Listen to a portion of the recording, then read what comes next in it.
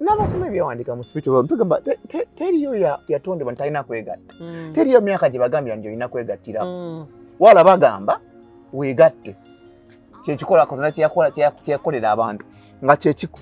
Bible egamba sex is close to worship. Worship amanyi kitegeeza kusinza. Kati ozawache kuita the myth in sex kusinza. Msajja omu yayabulira kuna mukunyumiza last time. Father agamba wemba mu having sex. Bamalayika bonna bakuba engalo. Bagamba kyekimwana affe. Well done mwana. Bagamba bamalayika. Bokka beyogerako.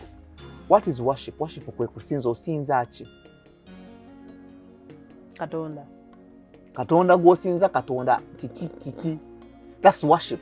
Kati every sexual encounter is a worship. Nalabako mu byedda nali nga sinayingira nnyo bino bale bagita singa yabazibe bonna bamuzibe mwalimu queen omu ng'alina ebintu mutawanya kasa alumbibwa ng'ayita omwana agamba I want to pray ng'ateeka omwana ng'atandika omuntu gwe bakuli bw'amala bw'ati ng'azuuka ng'akola decision ate nga yeeyo. She would say I want to pray.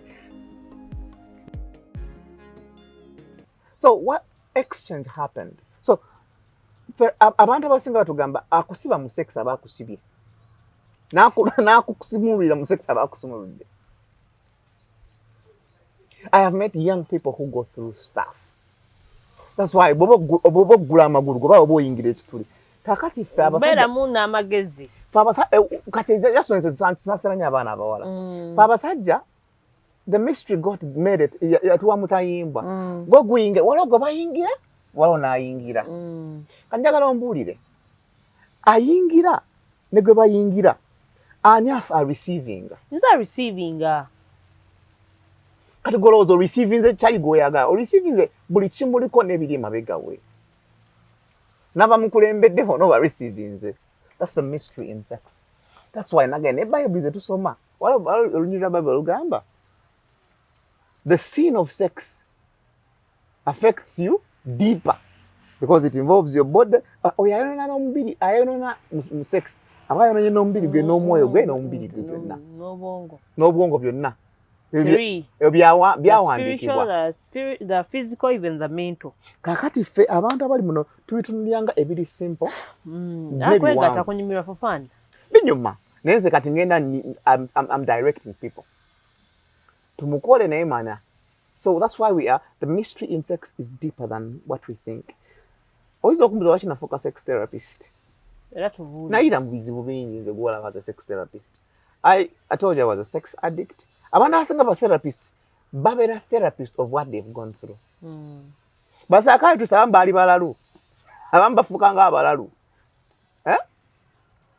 Betwitam noga neyo manyi bebitufula chetu. Abantu kamba kwa obo kitegeera bulungi ekintu ekitambula. So sex in its general bwobanga omukwase bulungi akuboostinga in confidence.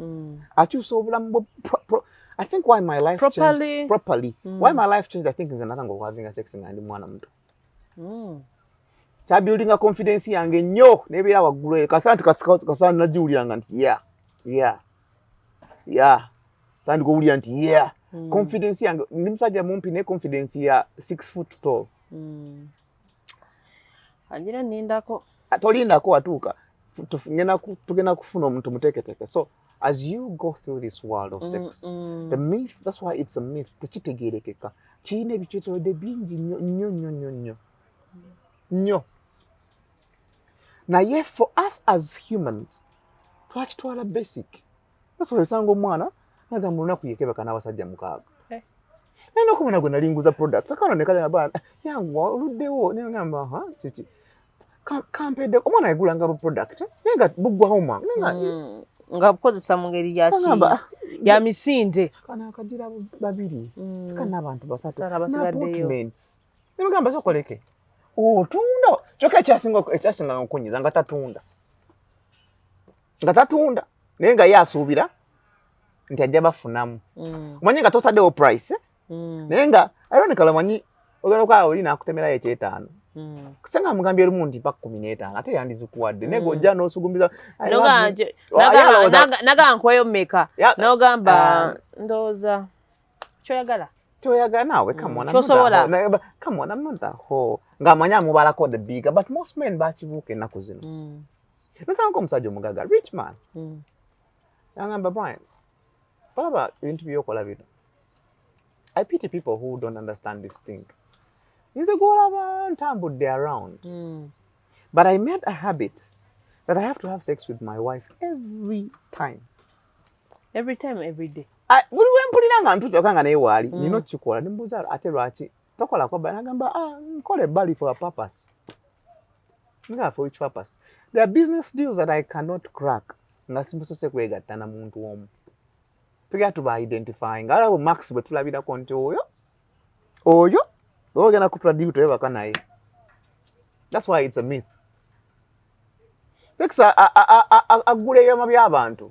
Bible egamba omusajja wamwanyisa Musono omanye ekyamukutula ekyamusuula bisambi mu sex we yaguliranga ebyama bye n'ayogera ebyekisiru by'atalina kwogera amanyi gali mu nviiri zisale bw'osalako mbazirira mba sikyategeera sex yasudde abantu ate yazimbye abantu eryo bazimbye eryo basudde Esther mu Bible sex yamuzimba yafuuka n'abakyala erya abagudde olwa sex kati naawe olina okwegeneza nalaga omwana omuwala obwabulenzi olina chance bbiri nti oyingira naye waliwo okuwoyingira mu zone nga no fly zone naffe tuli bazibu naffe nanti naffe kati nawe abemanyi nga bakozesa nga ba agent bakozesa oyo mulaba yewandika oyo njagala omumutegera ekijanjalo mundi ogwo agenda kukkakana nogaana ogwa mu kijanjalo obadde MP obadde minisita oganga bakuki balonzi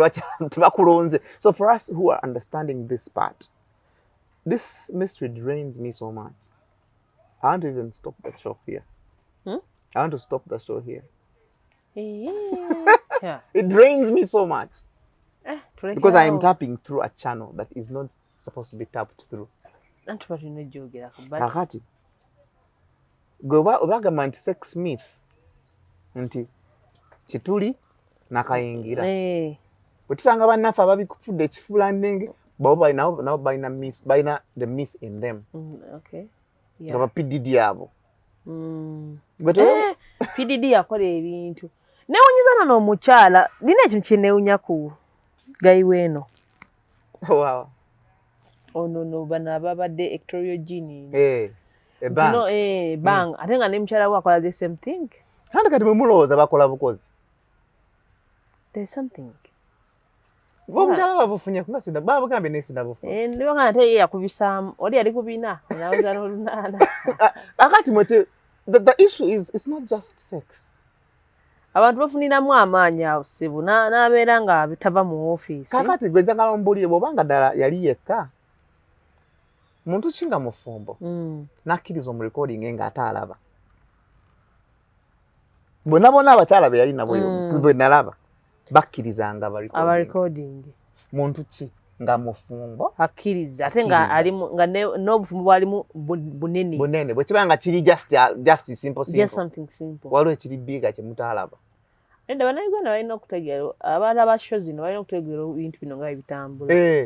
Waliwo ekiri beyond the past. So there's a young man I met yali gym instructor. Yalaba show yaffe najja nannoonyaako nanga nkube Brian that gym instructor for almost like 16 years. For some time. Naye ndidde abantu bambi naye wakisitegeera abaana bonna be na traininga engine abali mu gym bansinga batuuse wala nze sirina wendaze naye nina omukazi gwe nalya gwenzijukira mbeera bwe yatandikira okukyuka nkyejjeeko ntya nimugamba mbulira story the circumstances that happened nanga mukyalo oyo yajja mu gym nga going through the divorce yajja kusala mubiri naye nga bwe twatandika nga tukola nalaba after the woman slept with me watabanga toni ne bamukuza nakula kati takyagana kwogera nange yankola omulundi ogwo gye bali abaana nemunoonya omukazi yagaana yagaana okuddamu ate nga nze mpulira yampuumira. Ate okimanyi ekiddakaawo oli alowooza basaawo yalowooza ye obulamu bwe yagamba maybe I didn't have that good sex. Komba ate olumu biba birala. Namubuuza ddi kiki? Your sex is the best I have got, but yamugamba it was that was it, nothing more. Nina agamba obulamu bwatandika okwekyuka slowly by slowly. He lost a lot after loss after loss after loss. Mina oli omukazi ye kati ali mu high gear ali eyo waggulu. Amulabira ku television. Naye obulamu bwe bwaggwawo. Bali abaana ne babeera awo. Kakati gwe naawe gw'olowooza nti olya. Bayinza bagenda kulya. His life changed. Sagambako omwana eyangamba until the moment I was a brand. Noga Essie, hi, how are you? Yakiriza. Ne kagama achitaka bwangu tuze mukwana. But the moment waddayo waka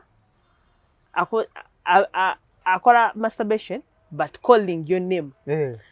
Ngana ka Brian. Kati Brian enchege no mukubira simu tadda mukwata. Aina ka spiritual channel ka world ke ite kamwe. Naye what you need to understand is bobanga oli mu sex world kitegere nti it's legally kati bana mataka gamba it's legally binding tina signinze esinkuguzizza kino ne kino gobogenda mu sex mubamu bitalabika nti utakoze endagaano gyotalaba. So I am telling every young girl here tosuka nnyo bobo oli mutunzi olina byolina okukola, oba oli mutunzi olina eddagala olina okunaaba. That's why twagambanga abantu bw'obanga weegattira mu hotels naaba ku ddagala. Bw'obanga weegattira mu mamotoka mu makubo mu nguudo olina okumala n'onaaba eddagala. Anti kaakati buli kimu kirinamu embeera yaakyo. So don't just be mutwe mukalu. Bw'obanga oli mukumu abeegattira mu mazzi ate ekyo kizibu nnyo. It's all over. Goba agatira mazi nawe olina okukwata okwesima. So but life is more spiritual than the way we see it. Now we see it. Era bye bitusumbuwa. Obeerawo naye nga tobitegeera obulamu but in your spiritual realm you're not okay. Nze nina omukazi yeegomba abalalu. The way she looks. Omusajja omulalu mba njagala senga kyakisooka mujje ku street. Yeegomba abalalu. Nga bayagala okubaka nawe. Yasooka n'ambuuza lwaki abalalu bonna balina ebinanka binene naye kubanga bw'olaba. Balina embwa ebinanka binene kubanga bw'olaba. Naye ate it goes beyond. Kakati gwe waliwo omusajja Omwarabu yagenda n'atugamba bw'osanganga omulalu muwe ky'olina bamukolera ekirungi. Alina by'olaba byotalaba. Alina ensi gy'alimu that's why mbasanga boogera bokka. Ye alina ensi gy'alimu gwe gy'otaliimu. Alina by'alaba byotalaba. Olabeko omulalu nga bamutomedde. Ate abeera mu kkubo. Olabeko omulalu nga bamutomedde mu yafunye accident. Era olabeko omulalu gwe bakwatidde mu kwekalakaasa. Bayoola bulijjo abantu. Lwaki tebabeera wali buvuyo? Babulaba before you see. Tetwawayagala n'omuwala nga mulalu omusanga mu period. Tosobola lwaki? So we are here to tell a lot of people that wakujja kukola bisitole binawulira bavubuka nti mwana onaagwa kusimayo ku gundi ya maid etanaaba ewunyawunya omwana mugamba bw'olidda ku y'omulalu tolidda. By the way ate nange olaba osanga omulalu nga abadde omulalu n'omulala ku kkubo gumu ebiri gamala nga ki ali lubuto ate nga bagamba nti eyamwebaseeko muntu ategeera kati eri ababikola for their purpose for their spiritual purpose. Oli kuganda bamutuma agende bake n'omulalu banaye mu nsi mulimu ebintu. Kaakati ate ekirifaana ekyo kino kugira nga omulalu yalwala ekirwadde eri namuna yeerongoosa. Eri namuna mpoomo biri emugiko ekiringa kuboobeza ttooke nga kuboobeza ttooke n'olibikka eriboobera kusika. That's how it is. Namuna mpoomo ujjaho nga ndwadde yalwala infection ekyo naye banga yabadde namuna teyeetaaga ye kasita ewulira nti kati tubreedi nze tumaze ng'efulumya ng'edischarginga yeerongoosa. So why we do certain things should be buli kyokola kirina okuba ne purpose. Si kukola fwa. Tokola fwa. kakati ze wala omusajja yambuuzaako those days when nali nkyakola ne buwaxing obwo yambuuzaako naye yankuya n'okuyisa ngamba oyota naye nankeyongeye kuba ebisiraani nga togenda jjiri ogitunulamu mugamba naye nakitegeera naye neekolako neekolako kati nagibako kati nsomesa sikyagikwatamu physically nkwatamu gyendya. But why do we do certain things? Eri mukutu nagamba mukutu bw'otegeera nti guno mukutu guyingiza gufulumya kitono naye bye guyingiza byonna bizaalibwa. That's why bwe nkujjamu esi nga nina omukisa after time nkulaakulana bw'oba naawe nga endaayo yatondebwa kukuza mukisa bwe mba nga n'ebizibu nenzija nawe nga ate nawali multiply wa bizibu kwekoggwa kw'owulira n'owulira omukazi nga nagakubago ne yajja bulamu bwange obulamu bwasiraana. And actually the things happen. Nosanga ekikazi kiwala kiryawo n'okisanga deal after deal, prosperity after prosperity. Wena n'omuntu mugamba naye bana omuntu oyo wamunonyaako ki? Agandeka mundekera ekintu kyange. Ekintu kyange. Ate lwakava nabala babakola ebintu nga temumanyi. Yeah. Eri abo bambaza ebyabwe. Anti zewanze zedi wano. Toya so if you want to protect yourself as twabigamba calling gwe to receiving abo gifts obumbu veko. To receiving abo lega nga gift, to receiving abo pale nga gift bajja kwambaza ekipali basaba bakira kipali. Mukwambaza ekipali gwe nakugulya bulanjiri n'ogamba oh my god of vistinze mukwano go toyina pijama n'oyambala eyiye nemutandika okuexchanging swimming suits kungulira obuvuntu bino omuntu mpujja ngo omumanyi bibatakisaba abantu mpale bya ku mutwe kale olwala tuli ku wangu banaye ebirabo mubireke wamba kale mutuwe ssente tugende tubyegulire naye ebirabo ng'ebyo ebyannika n'obulega mubireke mubiveeko. So the mystery here nade nkunyumiza nasanga omwarabu gwe nasanga nangamba you Africans there are things you copied but you didn't copy them well. Like? Mbuza, what do you mean? Every African man you see who is Muslim, he says multiple women, marry many women. Ngata following the criteria. Follow our criteria by type of people they marry for which purpose.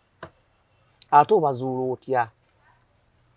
That's why gwebango oli musajja zinenga zante zenkanankana baka nkoseza mithi y'abasiramba haji bawano tene jawano neja ne munnaye temalagataga temalagatabala. This is what you need to understand nti Katonda waba yakola abakyala buli omu yamua ekice buli omu yamua ekice bw'oba tonnakizuula weegendereza nnyo nga weebaka n'omukazi oyo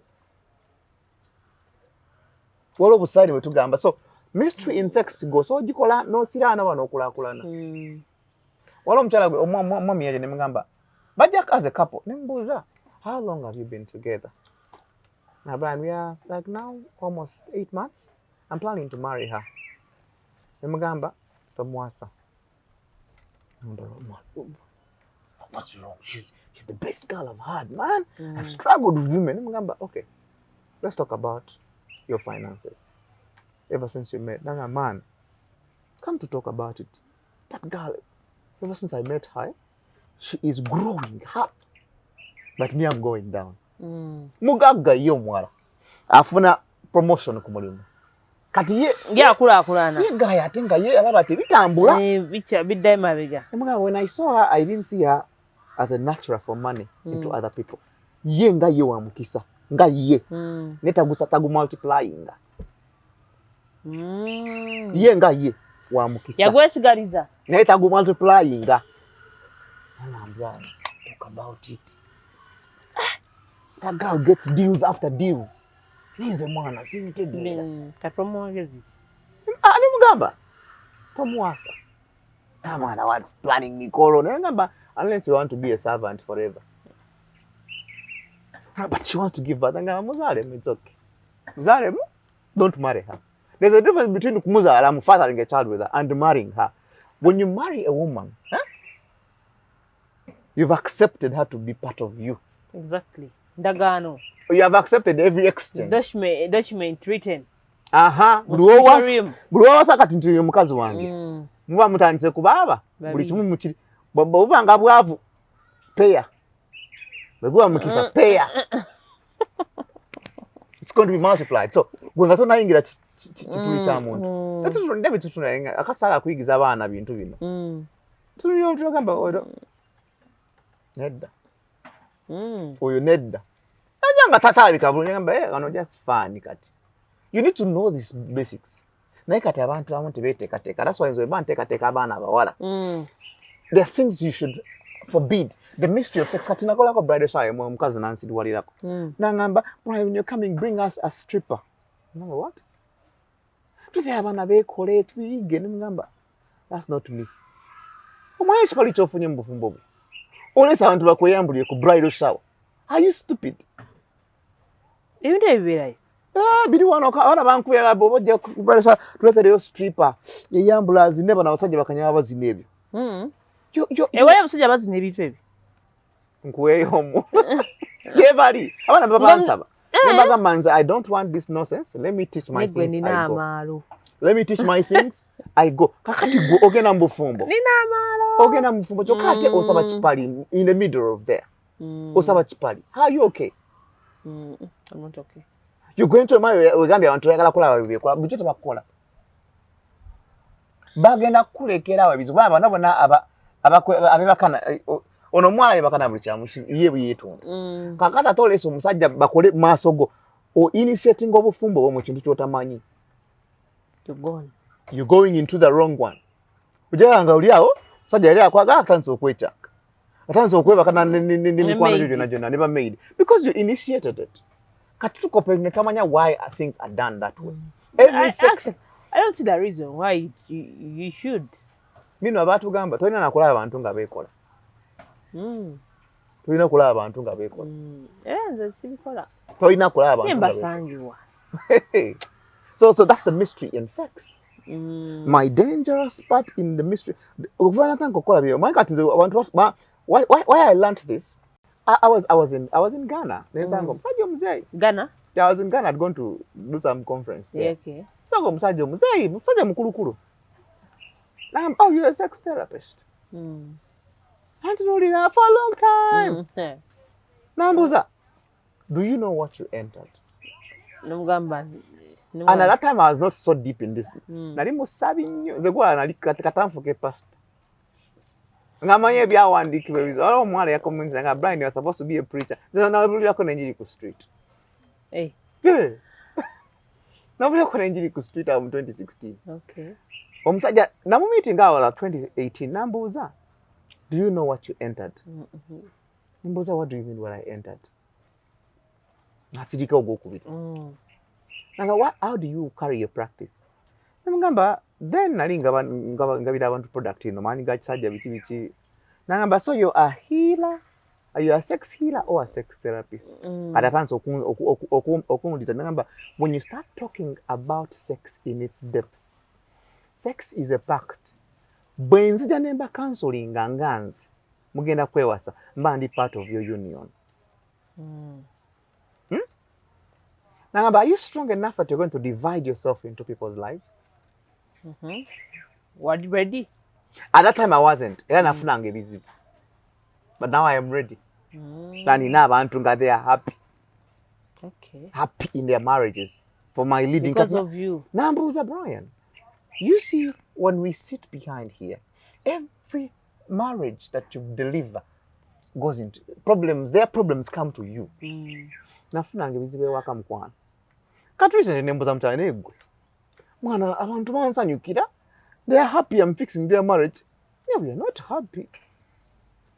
We are not happy. Just realizing now, how she can sarcastic. Women can be sarcastic. But I realize Wakachiraba. Wakachiraba. Byogera nga sibyokole waka. Wakachiraba. Waliwo yangamba njagala yo Brian oli wa TikTok. Brian oli therapist. We atula neba esi. Gwe njagala wano yo therapist. Mugamba ne mwana ndi therapist naye nange ndi muntu. But when the man was asking me, do you know what you entered? I didn't understand this concept until 3-4 years ago when I was going back through Nangamba. The mystery in sex. That's why it's very important before you engage into any conversation, sexual or non-sexual, with anyone. Manyanya cho insinuating. Esto msajja yali akwanyeko n'agenda nga talina kyakugambye. Normally emyezi 3 ng'ojjukira ebigambo bye yakugambye. Kati zina nsomesa omusajja engeri amasamu omukyala we. Ega mwana mukwate bwoti. Kuba omukazi awulira byenjogera byayagala byennyini. Navaawo nga yenna agirebedde. Kati we baddayo nze bantu se part of the union. Nagamba those women, they fantasize your speech when they're having sex with their husbands. Kati golimu in between, your soul is being pulled, neno basika. Kati olina okuba grounded. Olina okuba omugumu. Abawala bakola massage abo. Kati ebintu kati kasota nkoko growing. Even these girls are doing. Ndabikidde ng'omugo tubadde twogera naye musajja teyazeko. Even these days, these girls would woba ogenda mu bupalapala. Tokozesa ttawero yaabwe. Niba ogenda mu hotel tokozesa ttawero yaabwe. Nada kati nga ggwe esi. Atunulira mu bantu, atunula mu kamera. Tata mukozesa ttawero za hotel. Ate nze agenda ko musawuna nawe mbuleke ngende n'obwange. Genda n'ebibyo. Why? Nga nti ze nkubulidde. Go with yours. Yakubulira after. You know, serious camera. The girls who do massage. Yes. Also. Bakwa butawero babe nga bamaze naabe. Toddamu kesi muza na mu maaso. Lwaki tonaaba? Because we are in this world, there is exchanges and movements that keep on happening. Zenani kola massage. I'm a masseuse. I'm a professional. I think I'm somesana n'abantu. I was very good. Ngankukola ka massage ngakasufu. Namuvamo for my personal reasons. Yes. Nakatiri abampita for therapeutic massage. Walonga echino okuguka. Ngaina party. Kwa suli muntu amani massage ere abakwatito bukwatirizi. Kati nkyasomesa but I help people okuba pressure points. Yeah. Kati rumu tuina chitu abana betukola. Massage omu yalina muzungu. He was from Mexico. Mwalange eri amukolako. Enokola nga ampise. Ngamba, hey Brian, pasha kumkwano kots. Come. Ngomola in the middle. Ngamba, I want to talk to you. Ngamba, she is not supposed to be massaging. Her spirit is not right for this job. She's going to drain me. She's draining men here. At such a at that point. Mala kubinonyeza okatunta nkotegera how was she draining the men. Go musajja waba agenza massage. Yeni waba tayagala sex. Bali abana baba kana kuzabagala sex. Abamba bakwane sex ngatana tana bagaininga. Tana bagaininga na atanikiyawo. Muma anachimana kati sebo. Tugenda kumpayo meka ngano akuliko. Kono wayanga mwana nze nade ndyange nemunga mwana nga ine kisono. Daba ntadeko tutandise masana ntadeko kondo mwana ntandise konengamba yi. Is it part of the service? The service or nangamba? Na omwana mugamba. Anyway, when kulabe nenkwegomba. Niyo nampa is umpire. Amuliko nno. Guy nangamba, when I moved out of that spa, I felt like I was leaving myself there. Nali nsigala yo. Kanange nze I love massage. Era nina abana bankola massage. Yeah. I have a particular 2 people I call. Njagala because nze omuntu olwo kumpata ko manya nchako la chimwe batachimanyi. So kati gogenze massage just mulimu exchanges. Mulimu exchanges. Kati sex wafukide bit because sex and touch together. That's why everything is sexualized. Neka bakalango. Kati odda koli oli adaoze ebyekisirusiru ebyo. Everything is sexualized. And the world is moving because of sex. Sengato wali sexy. Sengato oli. Ari senga oli tu. Ari nange senga siriyo. Osumai senga sina na sende. Senga jamu sex kusomesa sex. But so the mystery in sex is a big exchange. So gwengo otanzo kubikula echinankacho. Nasho chiti echinanka namna. Chijanja namna. Oya alabikula namnayo. Manya nti kati nzigulidde kubo erinzikiriza oba erinzimba. Zinaga goli nsigo ettaka lye baali merusa ligenda merusa byonna by'osimbyemu. That's the mystery in sex. Merusa by'oyagala okumerusa bijja kumeruka. Oba kati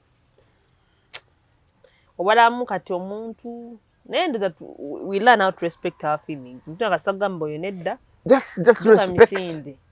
Oba alina sente meka respect yo guide guardian angel. Guardian angel oba alina sente watalina. Let me tell you, have you ever felt a man nga talina nengo uli omwagala? Natana kwa nengo uli mtu magu. Nobedanga muso notaka kubofana mugenda kwezimba otaka kwabanga you're twinning okuja konga Mr. Kujo sobola okola okujanga webaka ko dana ye. Anga tunaba Watu nebaka ko naye na ulyanga tumu kitambula. Give them a chance. Ngabale babiri oyenze mpabuli kimwachikuwa. Give them a chance. Naye ngatakwa nenga you feel this one more. Problem is okubanga bonoba doba nanga. Neyo banga bali bananga. So just understand that the mystery is mindful tuwuliriza. Buli mukaza agenze through divorce oba agenze mu separation oba agenze mu buzubi ayita kamba nachuulira omuntu agwagana nesi bakasajja.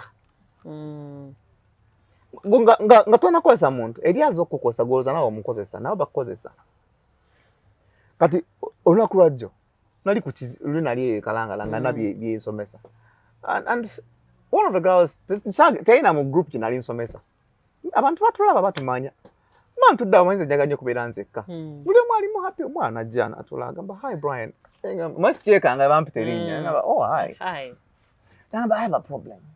Yeah, what's the problem? You talk about sex every time. Nayenze.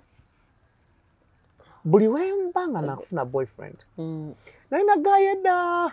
Gaye twekola ebirungi nagenda. Ne buli wemba ngendo funa boyfriend. Nempyanga yakankwata. Ndota gayo nga ndepinga every time one day pinga. Omusajja yechanga. Yamwita na spirit man. Ule omusajja katulusi bajja babiri nga ndaba omunenga bankosa babiri ne Brian mbonye n'ekintu kiri wanomba nga sina boyfriend abantu nga bayita mbizi bwekiro nga sina boyfriend yagamba batayina boyfriend nga gayita gayita ne ka staff na boyfriend ne bakiriziganya nti you know what bwaba yakamfuna bamukwanye gayi n'alumba oluba okulumba bapata tada mufuna mirembe baina sex ge bakolanga munange amuomwe yali muomwe naye nga tibamukoleranga kyekyalo ekizibu nga bakola sex mungi bamukoleranga mu kinaabiro lwamu naye ate buli wamulota amurapingira mu kinaabiro basajja bakola ebintu sajja musanga naye nga bayawuka gayi na married ali somewhere naye omuwala afa yambuza ne message Rashta mukubirako. Their relationship ended in a bad way. They are far. I've met several people that actually are going through stuff. A year ago, omukazi gana Brian ina boyfriend. Why Canada? Naye buli waba aina sex gwakola nze no mpuliranga mala. Era buli wempuliranga I'm in test. Manyali alikola. Mbwa yenya mayino mukana elekerawo nawe elekerawo nzita. Like, how do you go through it? Brian, I don't know what this man did to me, but nze kasta mbera ntanzo kanka nampulira kati abatanzi bwatandika mpulira nti atandise wabera meeting akola atya just not her and she's a grown up woman na ngamayindo mukanagalekera ochokola ekintu kiveeke ekyo kati awo deliverance kanjira nkola amawulire twetaaga omuko one I mean buli kintu kina ekirugi kyakyo n'ekibi kyakyo naye if you are guided through the process tugawe if you are guided through the process tomala gazunga kati ku myaka gino gye tutuuseemu tosobola kutomera era otometuga naye omanyi ekitomeza abasinga mmwe esikangubuli buli olwawo okwegadanga otuuka esanga omubiri gwo gwegwagala kati guyinza okugwa ku mwana nga mufu naye ng'agutekedde olwawo otomera abakazi bajaga Brian nkubulire nga mufu naye ng'akutegedde yategedde mubiri gwe naye nga ye ng'omuntu kidomola kiwedde emirimu tosaana mulaga bantu naye nga yategedde omubiri gwe because you have given yourself so much pain nga the body wants n'abasoma ebyawandika mu spiritual tugamba teriyo yatondebwa nti alina kwegatta teriyo myaka gye bagambira nti olina kwegattiramu wala bagamba weegatte kyekikola Katonda kyeyakolera abantu nga kyekiko Bible egamba sex is close to worship. Worship amanyi kitegeeza kusinza. Kati ozawache kuita the myth in sex kusinza. Msajja omu yayabulira kuna mukunyumiza last time. Father yagamba wemba mwavinga sex. Bamalayika bonna bakuba engalo. Bagamba mwana affe. Well done mwana. Bagamba bamalayika bokka beyogerako. What is worship? Worship kwe kusinza osinza ki? Katonda gwosinza Katonda titi. That's worship. Kati every sexual encounter is a worship. Naye kama vyeda nali nga sayingira nnyo bino bale bagita singa yabazibe bonna bamuzibe mwalimu queen omu nga ine bintu mutawanya kasa alumbibwa nga ayita omwana ngaba I want to pray nga ateeka omwana nga atandika omuntu gwe bakuli bwamala bwati nga azuuka nga akola decision ate nga yeyo she say I want to pray nagwa mwana kazamala bwati ti pray angewedde ngekintu kitambula. Sex is worship. That's the mystery in sex. So when omuntu agamba ye tayagala sex ata jamukola oba go olina kyoli meeting ambulamu bwo nawe amukola obi olina kyoyonoona kati mwana wange ta esi mindset eno bonafuna ategedde omubiri gwo wayinza oyita wiiki oba mwezi gumu nga tulina TV ngeri ku mpewo za Uganda aye tusibule the mystery of sex. Mujja mufune follow me. Follow me ajerebeza nno. But kikola ne kibanga. Kiba mulala. Aberanga lebba. Atakana abagala for some good time. You know what a friend of mine called me. Obviously ngatogedde ku masturbation. Ya masturbating akati wadachika emu atenga muchala. 1 minute. Ngachivuddemu. Anti kati oyo yategera omubiri gwe namanya trigger yera agirukinga out. Ne akati wafuna guy nga aluddewo. Kati wafuna guy kiraawo. Balajerebeze. Na ola ka follow me yako. Okateka nga wosiga olulimi lwo. Nga wosiga lip balm. It becomes your pussy balm. It increases your sensitivity. It makes your pee, it neutralizes your pH. Kati ebera mu trance buli kaseera. Alataka yagenda yo oba ateka. Babo sizo omumwa. Oba ogenda it's also okay, it's magical. Naye ino kubanga ebobera.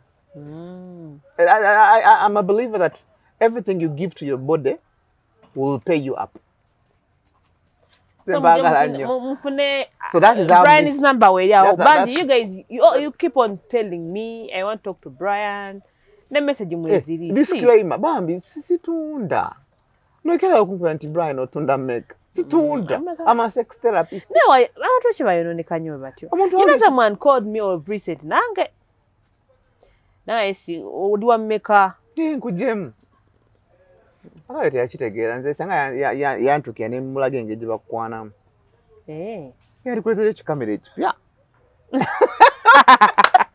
Ekikamera nga kinene n'agamba esi I'm investing in you. Akulekera kamera buli kasero mulowooza. Ebiwe bityo. Kati gomsajja yambuuziza oli wa mmeka. Leta kamera nush ogiteekewo. Ogenda itaka ennaku 3 akwebaze ne leero n'enkya akwebaza ogambe bye naye ne earphone bwe nerabidde. Nkwaddeyo. So guys, thank you so much. By the way, we are here to change your mindset. Sex because we want you to be happy in your relationships. Happy. I think I would identity. So please, you know, but one people on the channel, please subscribe. Brian Banange advert with your Brian Nations. You call Chimashimara, you know. What we Twitter so but when you talk to him, yeah, very deeper. Yeah, akubasame kamanya abantu balina nano gwekira. I don't know. Webanga bususe weza message ku WhatsApp njagisanga. Kale. Nze nkoma okwata essimu yange sawa emu. Banvudde mu office. Okuva kwemu paka kwemu. Ne messages indicate anytime. Anytime. I'll find and I will respond. Exactly. So we love you all. Brian umulala yabadde ku camera. Omanya Brian wangi. So atoge anafuna omusajja nga Brian. Guys, bye bye. We'll meet next time. Bye bye. Musabulu chibuddewa. Nze gambe spirit ndi uli. Musajja